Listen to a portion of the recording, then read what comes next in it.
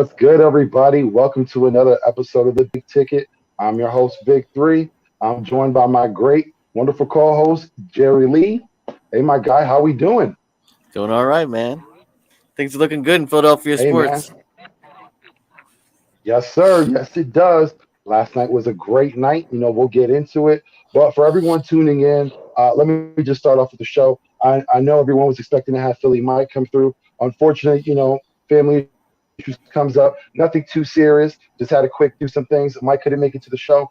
But I'm happy to announce that, we got great people that came in, on short notice. Appreciate them both. Um, First, we have the incomparable Key in the building. She's starting the things off. And we also have the great coach Dante. Dante, how we doing tonight? Man, we doing great, man. Just sitting up here again watching Tennessee and Auburn, waiting on Brooklyn and Milwaukee to play tonight, man. Let's get going. It was an awesome day in basketball. I'm very excited. Yeah, man. And Key, again, thank you for coming through. You as well, Dante. How we doing tonight? I'm good. I'm good. I couldn't. My phone is so retarded in the basement. Like I couldn't hear y'all. Got the TV on. I was trying to play the game, but it's cool. I had to run upstairs real quick and get in the office where the computer and everything was. But no doubt, no problem. Appreciate y'all. Yes, sir. Yeah, definitely, definitely. Listen, short notice and y'all came through. That's what's up. And like I said, I'm very pleased to have you both on because tonight, we always talk about the Eagles, but last night was a special night, so we're going to get into that Sixers talk. But before that, let's shout out the people in the chat, you know what I mean? Because I appreciate them coming through. As always, the steady, my guy Gio from the 215, appreciate you coming through. Yes, we're on right now, JV, so thank you for coming through. We got Ice Ice Baby. You know what I mean? Stephen Joyce, first of all, let me just say, thoughts and prayers to you and the family. I heard about your wife. My heart goes out to you. And like I told you before on Wednesday, if you need anything, it's nothing just to contact me. And hopefully, with this show, we can just give you something to take your mind off that for a little bit if we can. So appreciate you for coming through, my guy. Yeah, man. But first, let's talk about that amazing night last night. What up, my guy Mitch? Sixers against the Timberwolves. It was James Harden's debut. We came up, we won big, 133 to 102, up by 31. Woo! It was a good night. It was a good night. Just all in all, what was your feeling going into the game and as the game went on? Let me start off with you, Key. How did you feel last night? Oh man, it was amazing. First off, I'm gonna start. It was amazing. Just the spacing. Y'all know that I'm a diehard Philly fan of anything. My channel, I follow everything. It's the Phillies, the Flyers, Sixers, and Eagles. I'm a big diehard Sixers fan. But just to see that spacing last night was incredible. Joel Embiid even said it himself. I've never been this wide open. Hmm? I've never been this wide open because everybody's so focused on Harden and what he can do. His step back. I don't care what nobody says. I know people think it's a traveling, but he is the master of that move. Everybody that tries to do it travels. Joel tried to do it. He traveled. James Harden is one of a kind. He makes the team better. He's going to find an open man, and he's going to kill you himself. To have three people in double figures, over almost 30 points, three people in the team, almost Tobias, the only starter who didn't get double figures. This is going to be something special. I don't care what nobody say. Ben Simmons couldn't do this because Ben's problem was, he's a point guard. Well, he's not a point guard. To me, he's not a point guard. He would bring the ball up, pass the half court, and go off somewhere. That's not a point guard. You got to facilitate. You got to look at defenses. You got to see where your open people is. And he was finding people, and it was amazing. It was amazing. Yeah, it really was. It was an electric night. Coach, let me get your thoughts on what took place last night. Well, first of all, it was an awesome start for the Sixers. Getting James Harden, something Daryl Morey always wanted to get. They go way back in the Houston days. James Harden is a dick off the court. He's got a bad personality issue, but one thing I'm not going to sit up here and respect. I'm also a respectable person of James Harden. I'm not going to disrespect his game like other people did. For what he did for us for 10 years, keeping us a playoff float every single year, not missing the playoffs. This is a special guy. The guy is the best guy in the league in the step back shot that is unstoppable. You're not blocking that shot at all. When he pulls up and he hits that 4-point play over Vanderbilt, someone who's playing good defense, like I say, hey, I'm telling you, that was something special. And I called it last month, me and Mitch. I said he's going to find some way. Darren Moore is going to find some way to get James Harden. I called it over and over and over and over.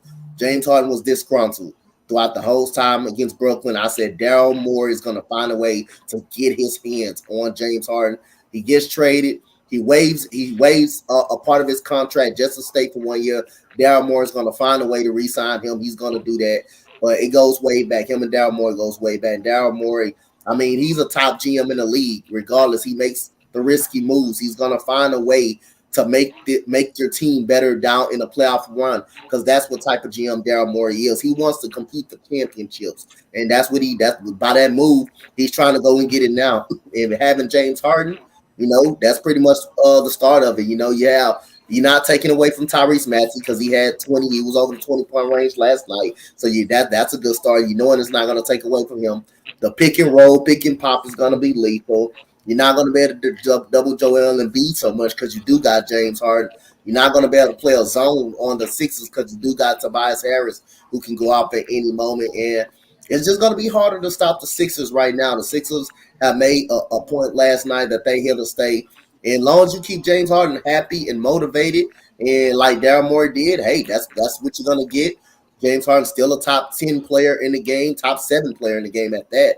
Right there, if you want to be technical when he's out there, man, his numbers are down, but he's still averaging 22 and 10 assists. That's hard. The average 10 assists. This man is a shooting guard, averaging 10 assists a game. He's not a point guard. He's a shooting guard, averaging 10 assists a game. So again, hey. That's something special last night. And, Daryl Morey, man, give credit for Daryl Morey to make that move, because when he saw James Harden disgruntled and he tried to get him from Houston, and Houston didn't want to make that move. They didn't want to make that move because Daryl Morey left Houston.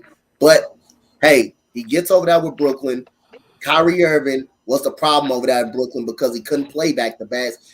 Harden gets frustrated. He gives up on Brooklyn, and Daryl Morey saw the chance. He sees the chance, and he say, "Oh yeah, I'm gonna go after my guy." And he got him. And last night showed you how dangerous the Sixers can be when everything clicks right. And you can see Joel Embiid was happy last night. Yeah, Harden was definitely he was a sniper. Dude, he was a sniper last night with passing and shooting. Like, it was so awesome to see, man. It really was. Yeah, Harden ended the night with was it 27 points, 8 rebounds, and 12 assists.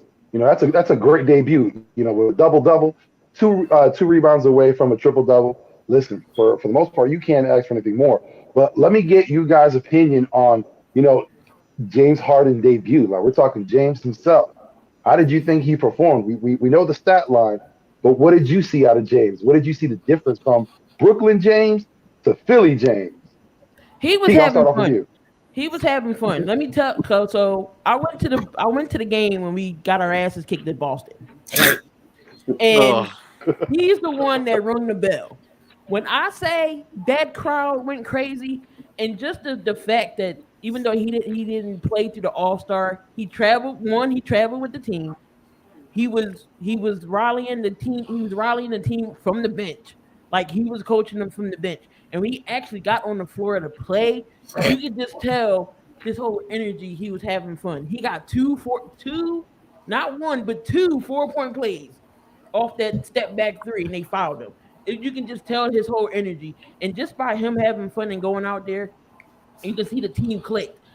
He got Maxey involved. Maxey is a jet. Once he gets out in the open court, you're not catching him on a fast break.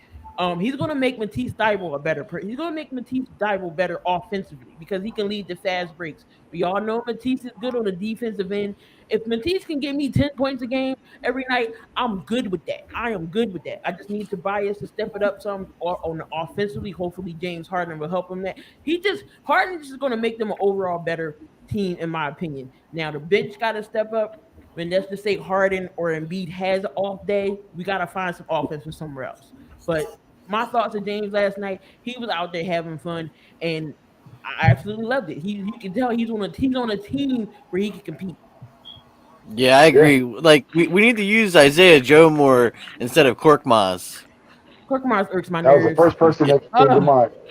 yeah, Yeah, yeah, that was the first person that came to mind when he was like, "We need to rely on someone else for some offense." Not saying Isaiah Joe's the end all be all, but you right. got to give that guy more right.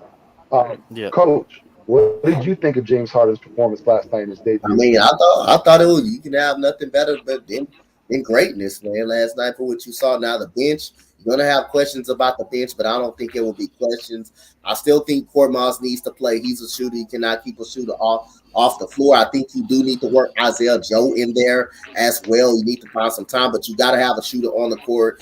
Korkmaz and George Yang. George Yang was pretty good last night. Made a couple of threes last night. So the bench is kind of limited, but you're gonna at least when Harden goes out, you're gonna keep Maxey in the game. You're gonna at least keep one of those two guys up in No, the game. Doc already said that. He said Joel, if Maxie's out, and you're gonna have Harden on the floor. no, If you're gonna Harden's have out, either Maxie's one gonna be on out the on floor. the Yep. floor. You're gonna have either one on the floor. So if James needs to get an early breather, you got Maxey out there. If you got Joel Embiid on the floor, then you bring back in Harden. Then you added Cauley Stein, who can eat up some minutes in the inside. Can eat up some minutes in the inside to give Joel Embiid a rest. If you got to throw Paul Millsap in there, you do it. Paul Millsap can also shoot. So you got a little something that you can work with. You got Danny Green that you can work with. So I don't really think it will be a problem, but James Harden was happy last night, and that's all that matters. James Harden is happy when he's motivated. When he's motivated and happy, he's gonna give you all. He's gonna give you 1,000%. If he's not happy, he's gonna give you a lack of effort. Last night, I saw a lot of happiness in Harden. Saw a lot of high fiving. Even when he got to Philadelphia, when they were losing, he was encouraging the team. He was clapping. He was coaching the young guys up, and that's what you want in a leader. In a leader of James Harden. He's not too much of a leader, but when that's what you want out of James Harden. When he's happy, he could be a great leader. When he's happy, and I saw a lot of happiness last night in James Harden, and you can tell by the flow of the game and by he was playing, and him and Joel Embiid and the team clicked on all cylinders. Most people, I guarantee, was worried about is he going to take away from Maxey? Well, he didn't last night. It doesn't look like he's going to take away from Maxey because Maxey was absolutely tremendous last night, and this is a good starting point for Philly. Yeah, speaking about that, that's a great segue into my next question because I had with James Harden on the team, how would you both say that that changes the dynamic of the team? Coach, I'll start off with you. I don't think it changes the dynamic of the team. I mean, I think Maxey's still going to be good. I mean, he is starting. He is a great scorer. He is a capable scorer even before James Harden got there. So Maxey's still a 18 point per game scorer. So I don't think Harden's going to take a lot of opportunities away from him. I think they're going to find a way to make it work. If Joel Embiid has a terrible game, you got Harden and you got Maxey that can put points on the board. But the one guy that's going to be the key for this team for the Sixers to make it far, to go places, Tobias Harris got to step his game up a little bit more. I know that's going to limit his touches now that you got Maxey as an 18 point per game scorer. You got Joel Embiid as your first option. You got Harden as your second option that can put up 20. Tobias Harris, he just got to play his role, man. He just got to play his role, man. He's gonna have to be the key for this team to go out and win a championship. You know they're gonna try to take out Harden and Embiid, that's gonna be tough. That's why Maxey is right there to go quick kick in the back door. But Tobias Harris is gonna have to have some big games when they need him. He's gonna have to have some big games, and he's very much capable of having those big games. And he's got to step up. He's the key for me if Philadelphia want to go places and want to get into the finals. Tobias Harris is going to be the long key for me. Yeah, definitely is. Key, what are your thoughts? How do you feel with James Harden being on this team? How do you think it changes the team dynamic? It definitely it changed. It doesn't change much, but it does change. Again, you see the spacing on the floor. The Sixers ball movement was amazing yesterday. I mean, the one play I saw, they actually passed the ball around twice. It went around to Danny Green. It came back to Harden. It went to inside. It came back out. Like this is what y'all have to do. They're going to try to double Joel. Joel's going to kick it out. The only thing I wasn't too like, I understand Joel's still going to be that type because he's used to being on top of the key. He don't have to be at the top of the key no more. That's the thing. He doesn't have to be at the top of the key no more. He's not. They want him to do that pick and roll. I don't think he's going to actually roll to the basket. I think he's going to do that pick and pop type of thing. It was times when Joel took the ball and he let down. That's the other part. Joel can handle the ball as well. He can take off on a fast break and get you points that way. It's just he doesn't have to settle to be at the top of the key. When we had Ben Simmons, he had to be at the top of the key because Ben can't shoot. We have shooters on the team. Tobias can shoot. Tobias averages about 20 points a game, and we need to see that 20-point score. If Tobias gives me 15, Maxey gives me 15, Joel and Harden goes off of what he do. But again, Matisse gives me 10 in the starting lineup. I am okay. I'm good. The Sixers will win. If y'all get me the starting lineup, give me at least double figures in points, the Sixers will be fine. So James changes it all just with the spacing, him being able to pass, everything. It changes everything. Yeah, it definitely does. But like Gio's saying, with Thibault, he got the start last night. We know he has to step it up also. And Danny Green, coming off the bench, I think that's the greatest thing about it. You don't need Danny Green to start. We all know defense is lacking. It's all right, but his shooting has been down lately. But him coming off the bench in spurts is better off. As we seen last night when he came in, he picked and popped and he got those shots in. So I think that benefits him specifically. JerryLee, you got any thoughts on Harden and how that changes the dynamic of the team? Yeah, I just think it's special, man. Like this is definitely the start of something, And Joel was saying last night too. He was like, "Yo, this is just the beginning of this, pretty much." He was saying like we didn't play our best, so like you think about that, like, and that team last night's a good team too, So they're no slouches, so Yeah, I just definitely Minnesota is the number 7 right now, I think, in the West. So they're not actually a play-in team, but you can't sleep on Minnesota. Anthony Edwards, Karl Anthony Towns, D'Angelo Russell, they got some good players over there. So you can't sleep on Minnesota. Everybody's like, oh, it's Minnesota. No, Minnesota, because Minnesota's beat us last game by a point, and we went into double overtime. Embiid had 43, and we still lost. So no, you can't say, oh, it's Minnesota. Yeah, we definitely took it to them. Yeah. But with that being said, with James Harden on his team, and we've had a spectacular season so far out of Joel Embiid. What is Harden on the team? What is his presence? What do you think that will do for Joel? Key, I'll start off with you. Again, Joel's going to be open. Because you know why Joel's going to be open? Everybody's going to be worried about Harden with the ball. Now you can't. You got to force teams to play now. So what's Milwaukee going to do? What's a team like the Heat going to do? I even say the Nets. What are they going to do? Because you can't double Joel no more. You got to worry about Harden. You got to worry about Maxey. You got to worry about Tobias. So they have to play. So definitely, this is going. Embiid's going to be open. He's going to be wide open. And then players got to play. And then if he gets the ball, he's going to dominate because he's one of the greatest big men right now in this game. Who is going to stop Joel Embiid? Nobody. He's going to go down there and play bully ball like he knows how to do.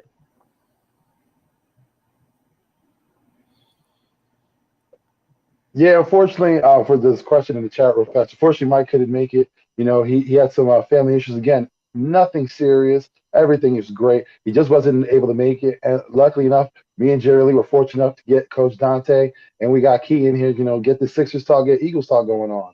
But, Coach, let me get your thoughts. What do you think Harden's presence will do for Joel Embiid? I mean, I think it's gonna take a lot of pressure off of him, man. It's gonna take a lot of pressure off of him.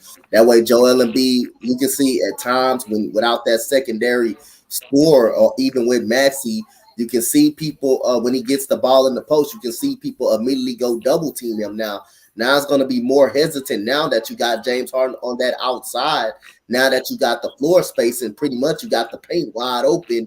And James Harden loves when that paint wide open. He definitely loves when that paint wide open.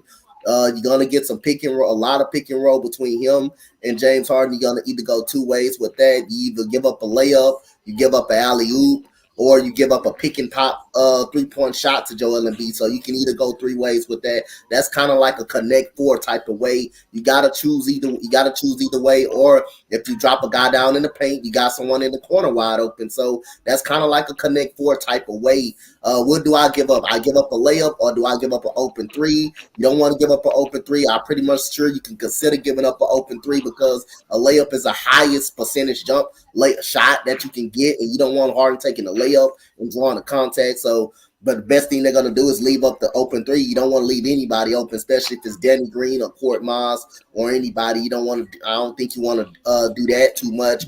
But and he takes a lot of pressure off Joel Embiid in tough situations, in playoff situations. When you need a basket, he can always go to that step back. He can always go to that unstoppable step back jump shot. He can also do it from the mid range. He can also penetrate to the basket really easy. If he gets his body in front of you, it's gonna be, you can't get back in front of him, because he's gonna use his body as a shield to go up to make a layup. Or if he's on side of him, he's gonna overpower you with his strong body, and he's gonna make a tough layup. So again, that's good when you got James Harden out there, and also you got Tyrese Maxey now. So now you got a three-headed monster emerging coming up that you've seen in this game one. So you got to pick your poison. I think it makes Philly more dangerous now. So Harden adds a lot of pressure off Joel Embiid.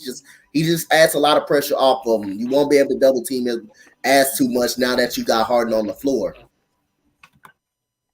Yeah, I think this team's going to be scary when you talk about the three-headed monster and Maxey, Harden, and Embiid, and then you look at the defensive specialists with Tobias, and you got Thibault. You know, that's something tough to go up against. But JerryLee, what are your thoughts? What do you think James Harden will do with Embiid going around?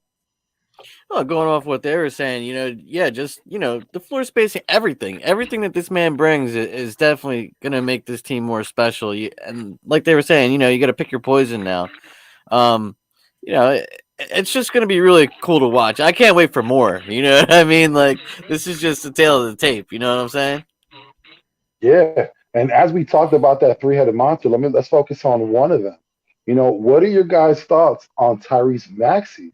Now with Harden, we've seen his game elevate. Last year, we've seen some glimpses.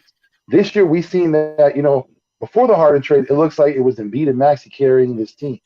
Now with Harden here, what's your ceiling for Maxey? I got to say one thing real quick. I got to say one thing about this. Young Iverson. Can we say that?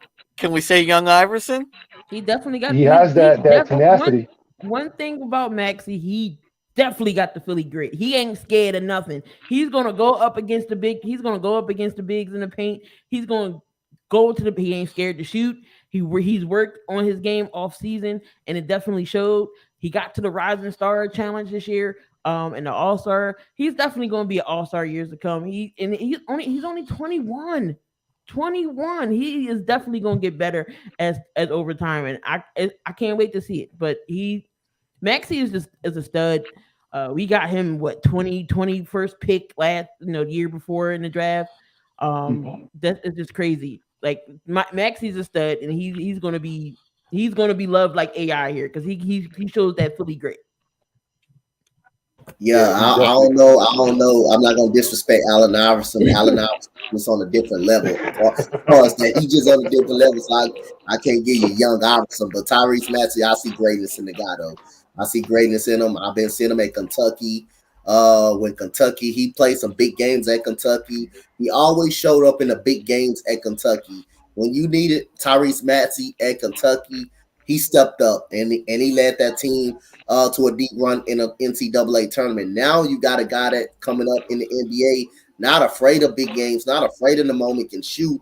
He was a 29% three-point shooter in college. But, I mean, again, college, his form was great. His form is great. Wasn't nothing wrong with his form. You can tell in the NBA he worked on his jump shot.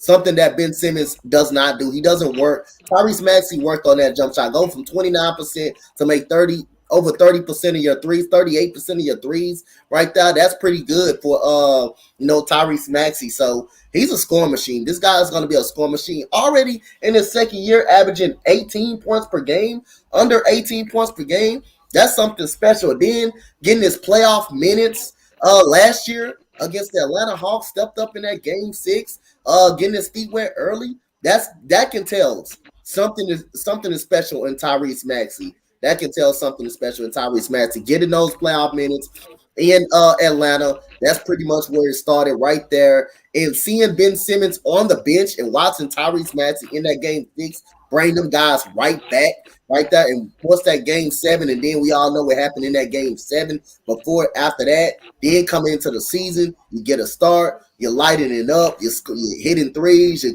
going to the basket, making game-winning layups. This guy's a stud, man. I can't be more happy. I see a multiple-time All-Star in this man career, man. Yeah, man, the kid's ceiling is ridiculously high. And like you said, I think last year when Simmons watched this kid, he knew the writing was on the wall. I think that's why he made a big push. I think that's why. Not saying that Maxey was the total reason, but I think he was a big reason when he seen how the Philadelphia fans gravitated towards Maxey from the rip.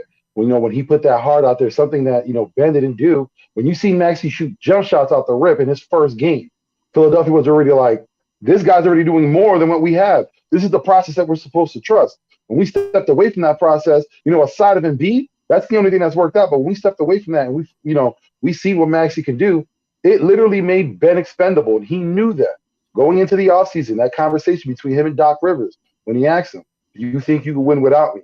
Doc smiled at him because he knew the team that he had. He said no. And he gets all butthurt because Doc says no. No, he was absolutely right. We're not playing 5-on-4 basketball anymore. It's 5-on-5 basketball that we're playing.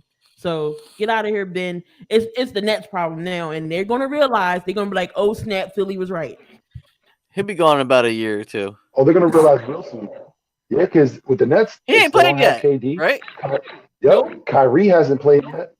Kyrie still remains to be seen. Everyone's like, "Oh, when Kyrie gets in the playoffs, how do you know he's gonna be in there? How do you know the Nets are gonna make the playoffs?" They still have a potential, especially with Ben being in there, going down the ratings. Because they can lose a lot of games going forward. They were a 12-game losing streak before. Listen, it's not looking good for the Nets. Their fans are very optimistic.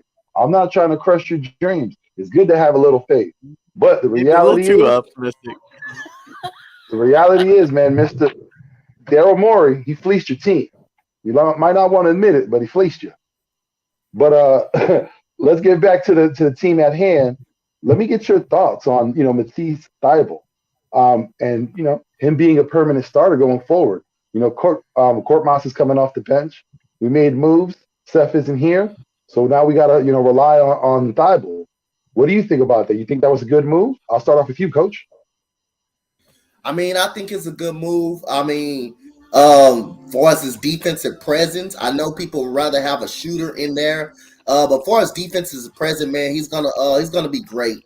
If he can turn into somehow a 3-and-D guy, this guy will definitely be an awesome player if he can somehow find a jump shot, be comfortable in his jump shot. He will shoot it. He will shoot it. Now I like the fact that he will shoot the jump shot, even though it's a great chance of him missing it. I love when he shoots the jump shot. You just got to be honest. You can't be scared to shoot the basketball. If people are going to leave you open, this is a good opportunity to work on your jump shot in mid-game, regardless if you miss. If you miss, what you going to go back down there and do? I'm going to go back down there and get it back on the defensive side of the ball because that's where I'm going to be good at. He knows his role. He knows where he's good at. He knows he can play. He's going to be the best defender on the Philadelphia 76ers. So if he can just knock down a couple of shots, when they need him to, or a couple of shots in during mid game or in the final seconds of the game, he can be definitely useful. So I'm not mad at them putting Thybulle in the lineup. We already know what's his role going to be: harass the best offensive player, get in his head, get up underneath his skin. Just guard the best player. We just want you to guard the best player, but also if he can find a way to knock down a couple of shots and keep points in the game, that will be very useful for the Sixers. So I don't think it will mess with the Sixers. I really don't think they'll mess with Sixers. If he somehow doesn't kick, if Doc Rivers sees that and he said, "Hey, he can't contribute on offense," he's gonna definitely make an adjustment to go get a shooter out there, and you can always bring him back on the bench.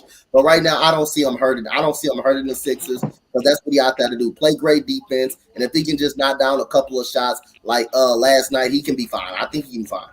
Yeah, he just needs more time. You know what I mean? I think he needs more playing time. Yo, what about that dunk he did last night? You know, at the the end of buzzer the beater. game, I mean, That at the shit end of was the buzzer beater, nice. Yeah, Give man. credit. Like, Thibault's another fast guy, great on defense. I think his offensive game will, it'll evolve eventually. Like you said, I think he will be that 3-and-D guy. He's going to be a major piece to what's going on going forward. But let me ask you all a question. With Harden on the team, with the change of the lineup, what do you all think? Do you feel that we can make it to the NBA Finals? Not saying we could win the championship. Do you think that we could make it to the finals? Key, I'll start off with you. I definitely think it's possible we get to the finals. We're gonna have to get past the Bucks. I know everybody's talking about the Nets. Oh, the Nets this. Y'all forgetting about Milwaukee still out there. Giannis Antetokounmpo is still a problem. We're gonna have to get past Giannis and Drew Holiday and that whole Bucks lineup. We got to get past Miami. Miami's still good out there, so it's possible. I think we have the talent to get to the finals. If we can get to the finals, that'll be great. If we win it all, that is fine with me. But I think we definitely could get to the finals. Got to get past the Bucks though. It's down between the Bucks, the Heat, and I'm gonna say Cleveland could be in the mix. But I'm gonna say those two, the Bucks and the Heat, maybe Chicago. We got to get past to get to the finals. Yeah, facts. Coach, what are your thoughts? Do you think we finally I have a think y'all team got that the can team. make it? I think y'all got the team to make it to the finals, but this is my answer. I don't know, because that's my answer to everybody. I don't know, because you still got the Bucks. You still got the Bucks, who's the defending champion, like he said. You got Miami, who's the probably most well-coached team, well-rounded team in the Eastern Conference, especially when they have all of their guys. You got the Bulls, who the Sixers haven't really who had trouble with them in the regular season. Cleveland, I don't know about. I think We swept the Bulls 3 times. y'all swept. I forgot about that. I forgot. For y'all in the playoff series, it might be a little tougher, but I give y'all the upper hand against the Bulls. Cleveland, I don't consider them a championship contender threat. I think y'all can beat them in a 7-game series. I think y'all would beat them in a 7-game series. But Milwaukee and Miami is definitely it's the Achilles heels for the in a 7-game series for the Sixers. I think that can be a long series. So again, it just depends on the matchup, who the Sixers will draw. But either one, if they get past the first round, they're gonna draw either one of those Miami Heat or the Milwaukee Bucks squad. But I think y'all definitely got the talent to get there. But I don't know if y'all gonna make it. I don't know if the Bucks are gonna repeat. But Miami is the most well-coached team in the national basketball in the Eastern Conference, not in the Eastern Conference. In Brooklyn, like I say, everybody said they're gonna win. They're gonna go to the finals. They're gonna be a threat. I say pump your brakes. You haven't seen Kyrie Irving them play at the same time. You never seen Kyrie Irving. You rarely see Kyrie Irving, Kevin Durant play. So why would I want to trust them? Why would I want to trust the Brooklyn Nets to get to a finals and to be a threat to somebody when Kyrie Irving, your best guard, can't even step on the floor, when you always have mental issues every single time? You got to question, does he want to even play basketball? Does he have love for the game? Kevin Durant can get hurt at any moment. Ben Simmons can have a mental health issue at any given time. So how can I trust if all of your teammates, all of the team cannot play? How can I trust? And if you had out of all the time Harden and KD and Kyrie Irving was down, they really never played together like that. They really never played together. So how can I put the Brooklyn Nets in there? And how can you say Brooklyn won a trade when you haven't seen any of these guys touch the floor at the same time? So again, how can I pick Brooklyn? How can I pick Brooklyn to win something that none of their guys can play? But I definitely think the Sixers got the talent. I think y'all got all the tools to get to the finals. It's just two teams, man. It's just two teams. It's just Miami and Milwaukee. That's it. It's just two teams. Definitely yet to be seen, man. Yeah, I got to it's see crazy things when play you out. it's crazy how you mentioned Miami being one of the best coached teams because a lot of people, talked about LeBron when he was in Cleveland, saying that LeBron carried that team. The coach didn't do much. You seen how great he was. You see when he went to Miami, always the big three. Had nothing to do with Eric Spoelstra. LeBron isn't there. Eric's still doing his thing. LeBron went back to Cleveland. Again, we're going to diss Tyronn Lue. He did nothing. Look at what LA's doing right now. A lot of clout gave to LeBron James saying he carried these teams. When you look at it in hindsight, those coaches had a lot to do with it. It wasn't just LeBron on Yep. their own. Now I got one more In that scenario. Cleveland series, it wouldn't be no championship because LeBron James was shooting like crap. Who had his back? Kyrie Irving. In that Guess what? And Cleveland series. I got one more scenario I want to bring up, and it's kind of funny. Like, so Dwayne Wade, when they first got LeBron over there in his second year, Dwayne Wade told him, "Here, I'll give you the keys. I'll play Batman to your Robin. When you need me, you call for my help." Was Wade always that when LeBron was stuck in trouble in that Pacers series? He always found the way to step up for LeBron. And to go back to Cleveland, you remember that coach David Blatt? Everybody remember him. The coach that went 31-11. How do you get fired on a 31-11 and you're in first place? How does that happen? That's LeBron. That was all LeBron right there. Did not like David Blatt. He gets fired in the first seed in the West. He gets fired at 31-11. The first seed in the East. How does a 31-11 coach gets fired and you in first place? I don't understand that, but they did end up winning the championship with Tyronn Lue. But I don't. That's the weirdest thing I ever saw. First place coach getting fired, 31-11. The team is great, but I don't understand how first place coach gets fired.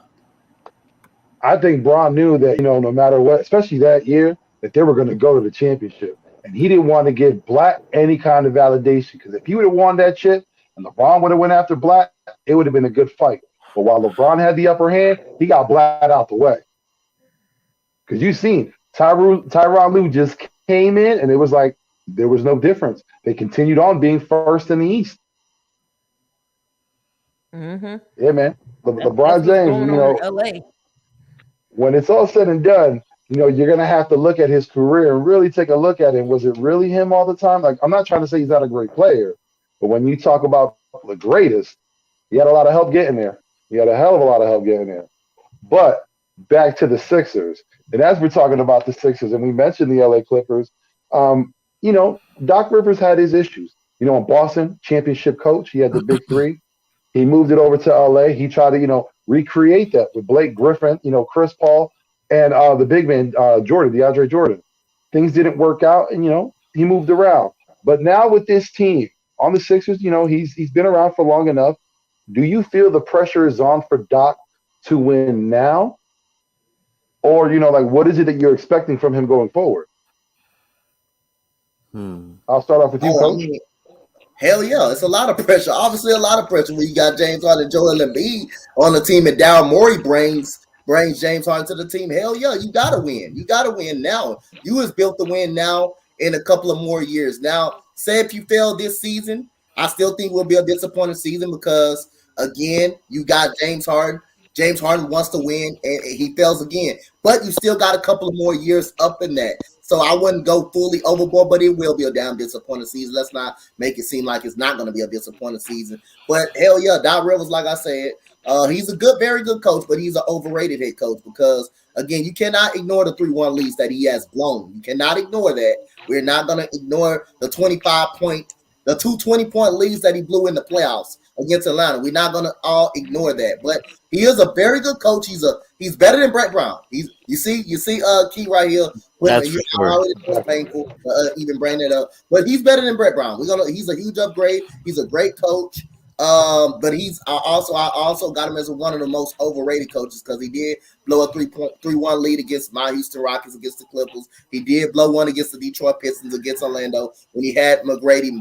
Granted, McGrady didn't have no damn help. That was young McGrady. He didn't have no damn help in Orlando, so I wouldn't really fault the coach Doc Rivers for that. But that's still a 3-1 lead. Then you blew a 2-1 lead in OKC with Chris Paul. You blew that series. You blew that series lead. And a couple of leads before then you blew, but Chris Paul gets hurt. Blake Griffin gets hurt against the Portland Trail Blazers. He loses against Utah. It's got a little bit of bad luck. Then he comes to Philly. He gets, he loses against Atlanta, which was the huge underdog. So again, he has history of getting outcoached when it matters the most, but it's a lot of pressure on him. And it's a lot of pressure on James Harden as well. You forced your way out of two situations that you did want to be a part of. Now Daryl Morey he comes back and gets you for a second ride with Joel Embiid, with Maxey, probably besides the OKC Thunder, the most talented team you probably ever had, big three you probably ever had, pretty much. Now you got to pay up. We brought you here. It showed signs good last night. This is the first start of many more. You got to pay up with a championship at some point. As long as you become a citizen, you got to pay up now. So it's a lot of pressure on now, and people are going to be looking at this team. But they both got up. James Harden got to pay up, and Doc Rivers, ain't no way in hell you can blow this. You cannot blow this now. You got James Harden, you got Joel Embiid, you got pressure off Embiid. You do got a great point guard in Maxey. Ain't no way in hell you should get out coached now. Yeah, Only thing I worry about Doc is his rotations. What he's going to do? Yeah. When he's going to counter out with counter out. Now, damn lineups. If he says that he's going to have Harden on one and then Maxey on another, it may not be too bad now. It may not be too bad now that he has that. But before Harden got here, I was questioning his rotations. Leaving the bench in too long. I'm just like, what are you doing? And then last year, and got to go back to that freaking horrible ass performance in the playoffs against Atlanta. Why, knowing you're up 25 points, I get it. You want to sit Joel Embiid. When they start inching down to maybe 15 points, that's when you should bring everybody back in and say, hold up, we got to get this lead back. There's no way you blow not one, but two 25-point leads. The Sixers should have been in the finals in the Eastern Conference Finals against the Bucks last year. Would we make it? Probably not, but still, we should have moved on to the next round. But I question his rotations and what he's going to do. It may be a little bit easier now that Harden's here, but some of those players off the bench have to step up. I still think he should use, while he's here on a 10-day contract, use Cauley Stein just a little bit more than he did Millsap, because he's an extra taller body. He's 7 foot, 6'10", somewhere around there. He's still athletic. He's still athletic. He still can get it done. And then bring in Paul Millsap maybe to play the 4, and have Cauley Stein play the 5. Like, sometimes I still question Doc, but that's the only thing that's going to be his downfall is his rotations and who he picks. But yeah, it's going to be pressure on him. It's going to be pressure on him. Yeah, I definitely agree. Especially, I think he may get a little reprieve this year, depending on how things work out. But for next year going forward, I think that's the year for Doc. It's a make it or break it. Like I said, if we, go far and have success here, I'm not saying this will happen, but I'm saying if we were to win the championship, that gives Doc a lot of clout going in. But if he doesn't, next season, it's chip or bust. That's what we're looking at least I feel. And yeah, one thing that does scare me is Doc's rotation. Shout out to Hunter Doyle, because, I was on his show yesterday, and that was the first thing he said. I don't want to see a lineup like Doc always does, where you see Tyrese Maxey out there with 4 bums, and then we're giving up leads. That's something that Doc is notorious, and I hope, I know it's time and time again in the year, but sooner or later he got to understand that that's not the way to go, and he got to switch that up. But talking about Doc, I want to elaborate. I want to elaborate one more thing before we get into the next question. Like I said, he's got to pay up at some point. Probably not this year, but it still will be more a disappointing year.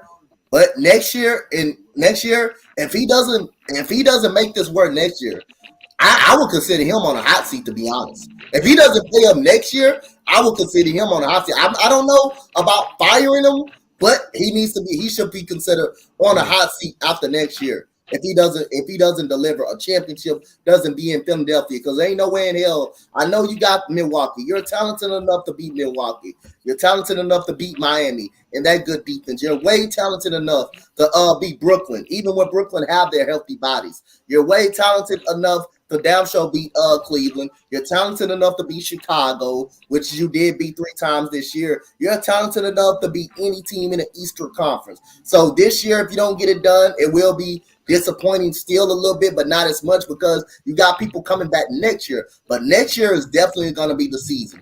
If he doesn't get it done next year, he should be considered on the hot seat. Coach, I gotta say this, man. I think next year it's chip or bust. Yeah, You know that's what what I'm I'm saying.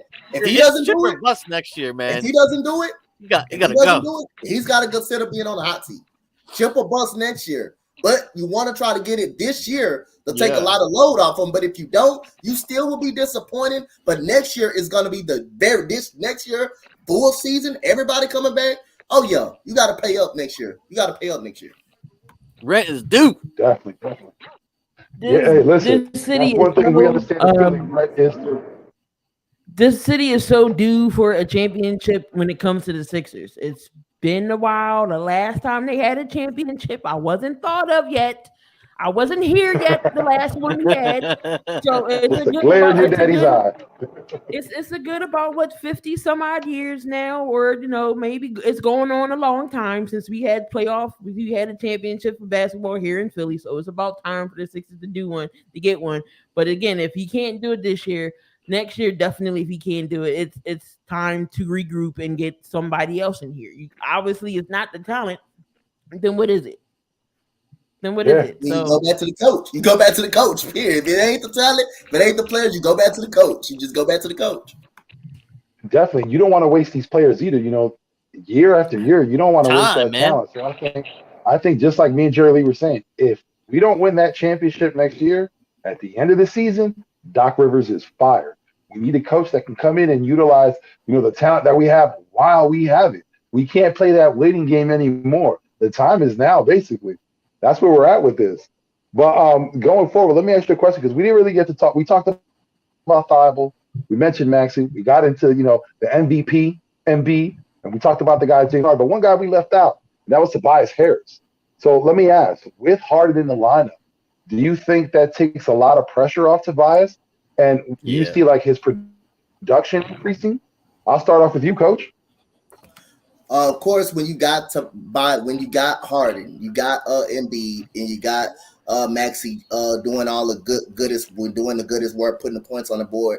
Of course, man, your production is gonna drop. Anytime you got 3 guys that's scoring the basketball like they did last night, your production is gonna drop. But him going back to that player, that 20 point per game score, some games he's gonna have that.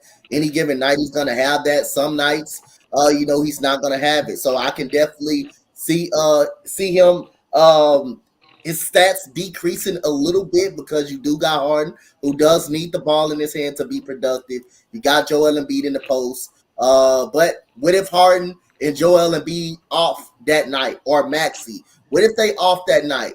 That's when you bring in Tobias Harris. That's when he got to take the load and step up as that 4th guy. If one of them off, that's why That's why I bring in Tobias Harris right there. Yes, his stats going to decrease a little bit. He's not going to have the ball as much in his hands, even though he is a 20 point per game scorer pretty much when he does have more opportunities. But that's why I say he's the key for this Sixers team winning a championship, because any given game or playoff game, when someone is not going to have it every game, that's who you can turn to. Tyree, that's who you can turn to. Tobias Harris. So you're going to see a little bit of decreasing in his stats, but he's going to be productive. That's going to take a lot of pressure off of him because you got those 3 guys. That's going to open up a lot of shots for him, a lot more opportunities, a lot more set jump shots for him that he could comfortably make. Definitely. Tobias is good in the post. He's good in the post down there. He can do the turnaround jump shots. His post fade is amazing. So Tobias can get points. He has a good shot. He can shoot the 3. He just got to get opportunity and look to make the best of it. When he gets the ball and he gets the opportunity, he just got to take advantage of it. So like we have all said, if somebody has an off night, he has to be that one to step up. He has to step up because I understand Harden is here, but 6 points, you could at least gave me 10. Come on, Tobias, you could have got me 10. Like 6 points. Come on. Push it. That's it. You gotta give him a little credit though. I mean, when he's been playing like the past month or so, he's been doing pretty good. Yeah, after I done Yeah, called him out a couple Tobias of had a lot times. of ups and downs. Yeah, he's had a lot of ups and downs, but I think with Harden on his team, and whenever that time comes when they all fully gel together, I think everyone's production is going to increase. Everyone's game's going to step up, and it'll be just at the right time for playoffs. But And with plus, that being Tobias is said, good we defensively too. talked our So Sixers. Oh plus, my yeah, bad. Plus, yeah, he locked Tobias it is down. good He locked it defensively. down. So Yeah. We got in our Sixers talk, and let's get into this Eagles talk. But before we do that, let me just shout out everybody that's here watching. If you can, please go check out Key in the Building's page. Go over there, subscribe if you haven't. Check out the videos, throw a like, and comment if you could. Same with my guy, Coach Dante. Check out his page at Coach Dante. Subscribe to my guy. Check out some videos. Throw a like, and if you can, put a comment out there. It helps out the algorithm. And same for me. Yes, While sir. everyone's out here, hit a like, subscribe, and comment. Help everyone out. And JerryLee too, the Backyard Birds podcast. But we talk Sixers. It's going to be great going forward. Like I said, I feel like the future is going to be bright for them. This team is young. They're hungry. All the negativity is off the team finally. We're only worried about Doc right now. We know we got the players. We just need them to gel and come together. But I Yep. honestly think that, we're going to be looking at a deep run in the playoffs. I'm not saying we're going to win the championship, but I know we're going to be on NBC. ABC, excuse me. We're going to be on those finals. But yeah, we definitely gonna get some more prime time games this year. yeah, man. Now let's switch over to the other team. Our team on the other side, South Philly. Stand up. We got the Eagles coming through. We had a very good season last season. We had a lot of things go our way. Unfortunately, we weren't able to win that playoff game against Tampa. But let me ask you all a question. Now that the season's over, we have Howie in the final year of his contract. Do you think this is an evaluation year for Howie? Coach, let me start off with Oh, of you. course. Of course, there's evaluation for Howie. He's got to draft well. Of course, everybody's scared what he's going to do in the draft. Of course, you don't know what Howie's going to do. He's got to hit on the free agency block, man. Like I said, he's got to hit on it, like everybody said. You got an evaluation year whether for Jalen Hurts going to be your quarterback or not of the future. So he got a many things. He got a lot of things that he needs to think on. He got a lot of decisions he has to make. A lot of free agency decisions. He has a lot of draft. He has 3 first round draft pick.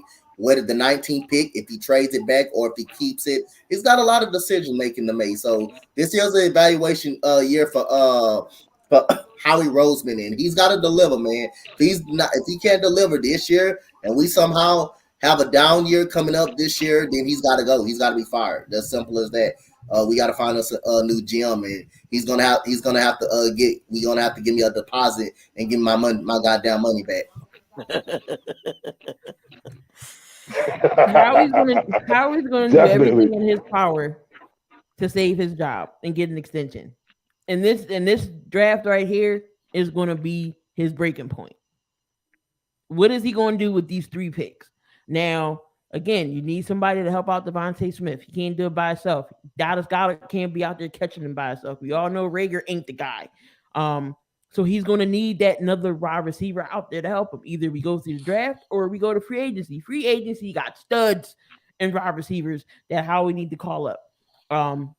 So you got there. He needs one of those picks. Has to be linebacker. It has to be plenty of linebackers in this core this year. A heavy linebacking core, whether it could be N'Kobe Dean, whether it's Floyd, whatever you got to do, Howie, to get a linebacker, go get it. DJ Metcalf is apparently unhappy in Seattle. It'll take a first round pick. Go get a first round, trade the first round pick and get DK over here. You still got 2 other options to get a linebacker in the first round. And then, the later round, that's where your diamonds and the roughs are found. So, but yeah, this is his year. Because if not, I honestly think Jeffrey's going to boot him. And I hope he does. One thing I can say, the one pro I can say about how he is, he does get down on the cap, he will find you some room to work with. There's one thing I can say he does that's great. He still needs trouble he still has trouble when it comes to drafting, saying it's a quarterback factory. No, no, no, no. Do not. That's the far thing the Eagles need is another quarterback. We got too many holes in the defense to fill up. So this is definitely his year right here. Jeffrey is definitely, if he's not looking now, he's definitely looking right now at this year, knowing we got 3 picks in the first round. Yeah. Hey, and before I go on, let me just shout out Murph the Kenzo, the Dirty Kenzo. Appreciate you, my guy, for coming through. Good supporter, good friend. Yeah, man. Thank you so much. And yeah, man, most definitely. T's and P's to the people in the Ukraine. There's a lot of hostility going on out there. Unfortunate. There's war going on. My thoughts and prayers are out there for those kids. That's what I think of first and foremost when I hear about war. My thoughts are automatically to the kids. Not saying that adults aren't important, but those are the ones that are defenseless, those children. So hopefully we can get this taken care of and it stops. Russia can go back to their country and we can end all this madness. But let's get back to this Eagles talk. I'm sorry if I got a little too political for people. You know what it is. That's a whole nother conversation, Vic. Yeah. That's a whole other conversation. That's a whole other 2-3 rounds we can dedicate to that. But let me ask you a question. Do you think the Eagles have any interest in any free agents going into the free agency period? Coach, I'll start off with you. Well, we'll never know because we're not in the front office, but I can tell you they should be getting a veteran wide receiver like Allen Robinson, someone that you can get alongside of Devontae Smith. He has not talked to Matt Nagy in goddamn a whole year. And that's hard. That's hard not talking to a coach in a whole year, not saying good morning, good afternoon, not even saying good night. Man, that's hard to even talk to a coach. But having talked to a coach about a year, your own coach about a year, that's hard. So I think Allen Robinson should definitely get some interest. Devontae Adams, I don't think I would want him. He wants too much. I wouldn't really focus on Devontae Adams. But definitely, I think he needs to look at the receiver position in the free agency market. Allen Robinson, Mike Williams, Chris Godwin. Chris Godwin pretty much is in a receiver market. Cedric Wilson, but I don't want Cedric Wilson. I know you can get it from cheap. You need an impact wide receiver, someone that's going to help to take the pressure off Devontae Smith. DJ Chark, that's a person that you can get from free agency. I feel like he really needs to hit on a receiver in free agency. I feel like he really needs to. I don't feel like he can't strike out on a free agent wide receiver. He can strike out because if you strike out on a free agent wide receiver, you're definitely gonna see Howie Roseman get one in the draft. Watch what I'm telling. He strikes out on a wide receiver, he's gonna get one in the draft. I'm telling you guys, I'm seeing this coming. So he has to hit on a free agent wide receiver. What if it's Mike Williams? What if it's Allen? What if it's Allen? What if it's DJ Chark? I want either one of those three. It wouldn't be. I wouldn't be mad if either one of those three come up. They both can definitely help Devontae Smith. It can open them up. Now you got Quez Watkins in a slot now. You got Goddard coming on strong. If you stop dropping the damn ball so much, that would be fine with me. But other than that, you got to find a way to hit on a wide receiver and Fred. You cannot strike out. If he strikes out, he's going to have to get one in the draft. Or he's going to settle for the Cedric Wilson, something, he's an okay wide receiver, but that's something you just need an impact guy to help Devontae Smith out, your 900-yard wide receiver, basically your 1,000-yard wide receiver. No way in hell Devontae Smith could be the best wide receiver as a rookie on your team. That shows you how bad the other wide receivers was, except Quez Watkins. He didn't really get really much opportunities, and more targets. If Dallas got to stop dropping the damn ball so much, and he dropped so much, most of the easiest passes, but catch the toughest passes. I don't understand that one. But he's got to hit on a receiver in free agency. If he doesn't, watch. In the draft, he's going to get a receiver. He's going to get a receiver with one of those picks. He's going to get one. He's going to have to get one. Yeah, and Goddard definitely needs to get on that ball machine this whole offseason, man. Wow. Yeah, he's great in every other aspect. It's just, those drives. Not saying it's a lot, but, when he does, it's an important time. So we can't have that. That stops drives. But Key, let me get your thought. Do you think the Eagles have any interest in anyone specifically going into I free mean, agency? there's some great players out here. I didn't hear the rumor mill, Marcus Williams. I didn't hear Tyron Matthew. Couple places they said the Bears, Eagles, Ravens. Why not have Tyron up against with Slay? Why not? I'll bring him in. Definitely Howie needs to be looking at a wide receiver, somebody that's going to be a dynamic duo. Smith and whoever else, they're gonna be like, oh snap, who we covering? They're gonna have a hard time. So I'd rather take Allen Robinson. Christian Kirk, I think, is on the free agency as well. There's some good names in the free agency class that they definitely could get. Mike Williams, I don't know, he might want too much. The Chargers might bring him back. They might can get the money because the Seahawks got. See, one thing about the Seahawks, they got money, so they can spend and need you re-sign him back. But definitely, I think Allen Robinson is that guy they need to go get. It's Allen Robinson, or if you can get a trade for Calvin Ridley, I will take the Allen Robinson and Devontae Smith. I'll take that all day long. I want to bring up one more thing because you do got something on defense as well. Von Miller, maybe you can bring him in on a cheap deal a little bit. I know his age is a difference, but I know you can bring him in. You got someone else, but he's gonna cost a lot of money. Like anybody that is gonna like Chandler Jones, he's gonna cost a lot. I don't want to bring. He's gonna cost too much money. Like Devontae Adams, I will stay away from. And Chandler Jones, those guys that's productive, and even probably Robert Quinn, he's gonna want the year that he have. You think he's not gonna ask for a lot of money, so I'm not gonna really gamble on those type of guys that wants a lot of money, and then once they get a lot of money, they're not gonna end up producing, especially at the age that they're in. So I would look for a kind of, if you want to go edge rusher, I'll look for a guy that just got cut like Dante Fowler. You get it, you can get it from cheap. You can get it for cheap now. Now if he doesn't pan out, you can also go back in the draft and get a young wide receiver and get a young stud, defensive lineman. You can go get a edge rusher. If he doesn't pan out, you can get an edge rusher. You can get another edge rusher like a Cameron Thomas, Karlaftis, or you can get someone like that if Dante Fowler doesn't pan out. You can also give him a cheap deal. If he doesn't pan out, you can release him.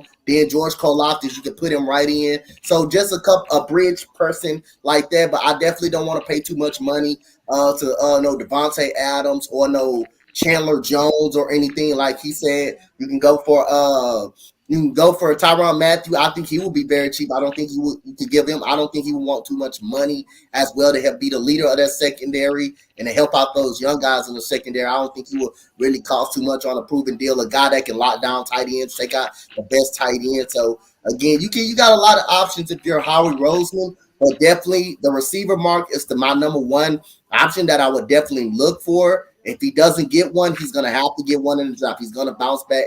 Gotta get Burks if he doesn't. And I don't think you want to try to get one in the draft, even though he could be a stud. But then again, that's like you getting another first year guy again. So you want to get a veteran in there. You want to get a veteran in that. Allen Robinson is my first choice. Mine's also. But let me ask you both a question because I just see this pop up in the chat. This is a pretty good question. What do you all think about Deshaun Jackson coming back? Is he washed up? Deshaun should have stayed. Are we done? Deshaun should have stayed with the Rams. Man, that guy collecting a paycheck, bro. That's all he doing. He out there stealing money. He's stealing. He was complaining he wasn't getting enough touches, this and this. He could have been a factor in there with the Rams when OBJ went out. He could have been a factor and got himself a ring. But then he wanted to go to the Raiders. No, Deshaun is gone. Get out of here. I don't want Deshaun back. He was too injury prone. We never saw him on the field at all. It's so crazy because when Deshaun got after the Washington football team, after he left, we all know that Deshaun was chasing a championship and he lost out on the Tampa championship. But again, this is his congratulations, you played yourself moment. When you asked out of the Rams, you knew what the situation was. You knew their position. You knew they went out their way to get Matthew Stafford. All you had to do was put your head down, be humble, shut up. You would have had yourself a ring and ended your career on an extremely high note. But instead, you ended up trying to be Henry Ruggs' replacement and failed at doing that, and now you're stuck in nowhere. Deshaun, my guy, it was a layup, It was right and you there. missed it. It was right Yeah, there. definitely. Like, who would have thought Gotta OBJ would have wash went the hands of the down? guy. Who would have thought OBJ would have went down in the Super Bowl? This would have been your next man up because Van Jefferson and that other receiver wasn't doing nothing. Nothing.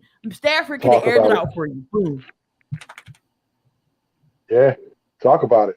But let me ask you a question.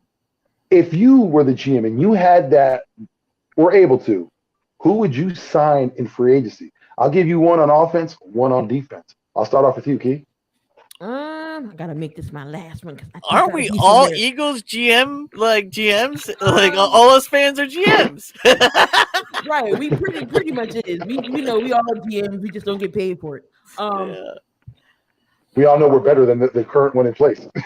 Oh man. Offensively, definitely you would go get it, Allen Robinson, definitely, because he would definitely help out Devontae Smith and another weapon for Jalen Hurts. So I would definitely do that on offense. Defense, besides Tyrann Mathieu, I haven't really seen the defensive side for free agency. I know there's some good people on there. Because I don't know if Von Miller is going to resign with the Rams. I know the Rams are over the cap a little bit, so they're going to have to do some restructuring. I think Gilmore's out there as well, but I know Gilmore might be a lot. But Evan, I'll go take a shot at give me a Stephon Gilmore and Allen Robinson to the Eagles. Let's go. I'll take that.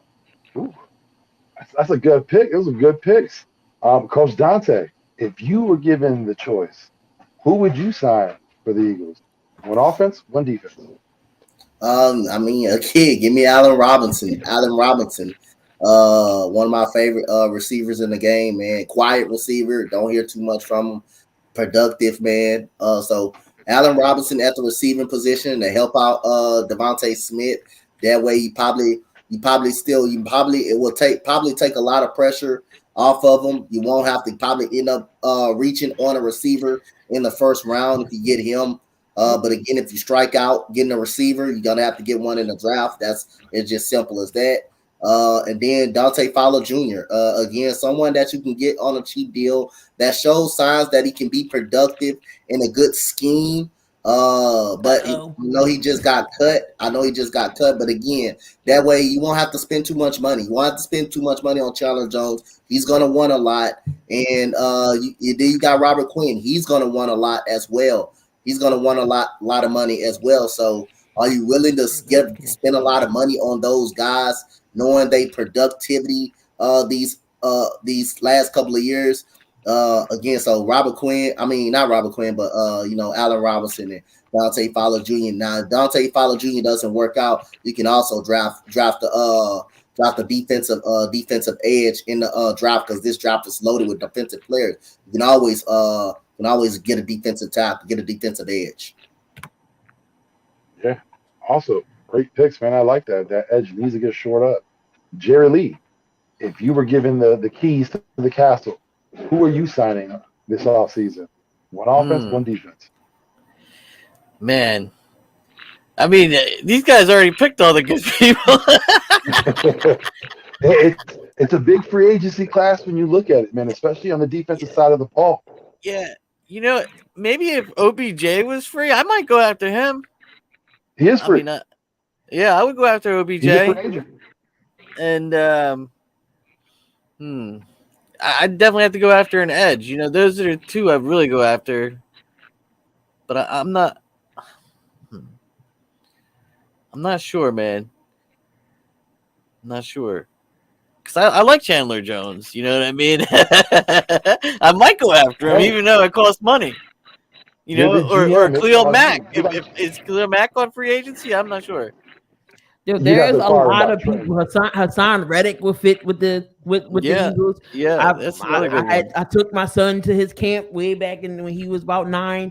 Great guy. Definitely he can fit in. Look, Calais Campbell still out there. There's a lot of people. Look, even I don't know if I'll take a chance on Clowney, but he's there. I'm just looking at people. They got Joshua Morrow from the Raiders. There's some top-notch people here. All these guys I would do like a 1-year deal with, approve it. You know what I mean? Like people like Tre'Davious Clowney, you can do a 1 year proven deal. He has not been right since Houston.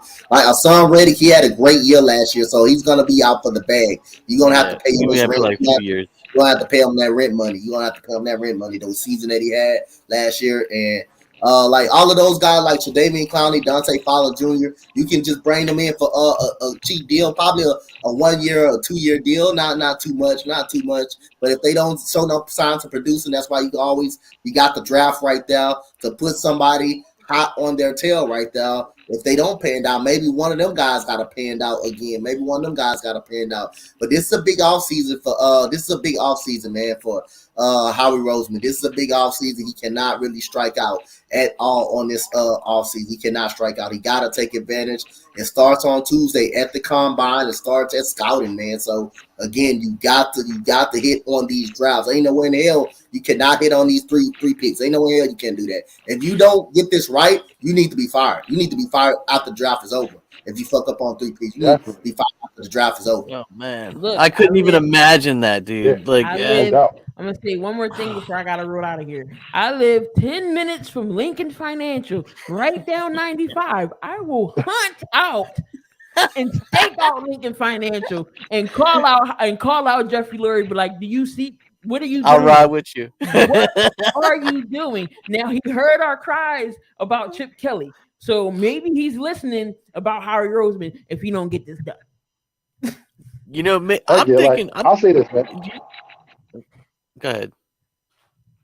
No, go ahead.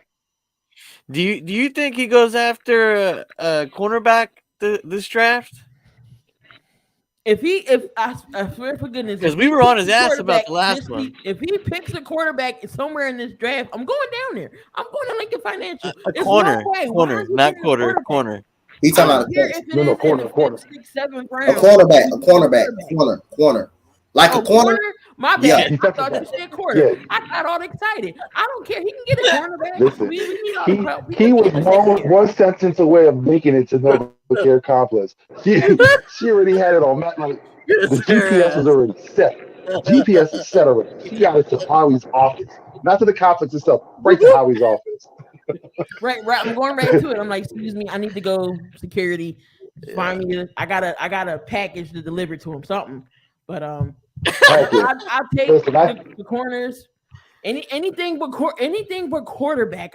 I don't mind getting. Let's just say that. You're probably gonna get a quarterback in the 4th round. Hey, listen, shout out to Logan Hunting Park. But listen, it's gonna be very interesting. If I had the choice, I'll go with the consensus wide receiver and Allen Robinson. Almost said Iverson. Allen Robinson. I think he's a consummate professional, great vet, would help out that wide receiver core. And then when you look at the defensive side of the ball, I think the one thing that we lack a lot in is linebacker. Dante Hightower coming in here would short things up. I know he's an older player, but he does have that experience. You can't teach these younger guys how to improve their game, and that would only help us out going forward. But like he said, she's on the way. She got to make some moves. I appreciate you both for coming through. Let's cut it up. You know what I'm saying? We had a great chat. Like I said, man, thank you so much on short notice for coming through. JerryLee, my guy, you told me earlier there were some things happening. I hope everything works out for itself. You were able to come through. It was a great show. Let everyone know where they can find you. Key, we'll start off with you. Y'all know I'm always in the building. Y'all gonna see me somewhere. You can find me Key in the building. I'm on Twitter. I am on YouTube. I'm on IG. Again, I do follow all of Philadelphia sports, whether the Sixers, Phillies, Eagles, and the Flyers. And I also just don't talk Philly sports. I can get it done anywhere. It don't have to be anything I can get into, we can talk about. So it's not just Philly. I do follow it all. So make sure y'all, comment, like, and subscribe. Again, follow me. I'm always somewhere. You can catch me somewhere. I'm probably gonna be in somebody else's chat somewhere around. But so you say you're not just in the building? He always in the building. That's how we know. Always in the building. That's a 4 for 4 right there. Coach, let the people know. I'll meet you in the parking lot. So you can find me at Coach Dante on Instagram, Coach Dante 31, Coach Dante 31 on Twitter, Coach Dante on YouTube, and You already know Coach Dante at the Spotlight Sports Network. You know, the hardest man on the network. Yep. Make sure You y'all see, subscribe to Spotlight Sports Network as well. You know, Spotlight me and Sports Dante Network. both are part of that network. But that's the hardest working man on the network. Dante's everywhere. He's everywhere. Yeah, he is. Everywhere. All over the place. You can't get away from me. And I got a bold prediction. I know we don't want to hear it. I know we all don't want to hear this. And when I make a bold prediction, and then trust me, it ain't too good. Howard Roseman is gonna draft the quarterback this year in the 4th or 5th round. Oh yeah. Wow. It's gonna piss everybody off. It's gonna piss everybody off. That's I agree. Watch you get some quarterback. I agree. You're about to make key I agree. I'll tell you why. I would say let him be on. If he drafts one, he gonna get Ritter. He gonna get Ritter or Listen, somebody. You making key contemplate the next 10 to 15 years of life right now. Orange suit.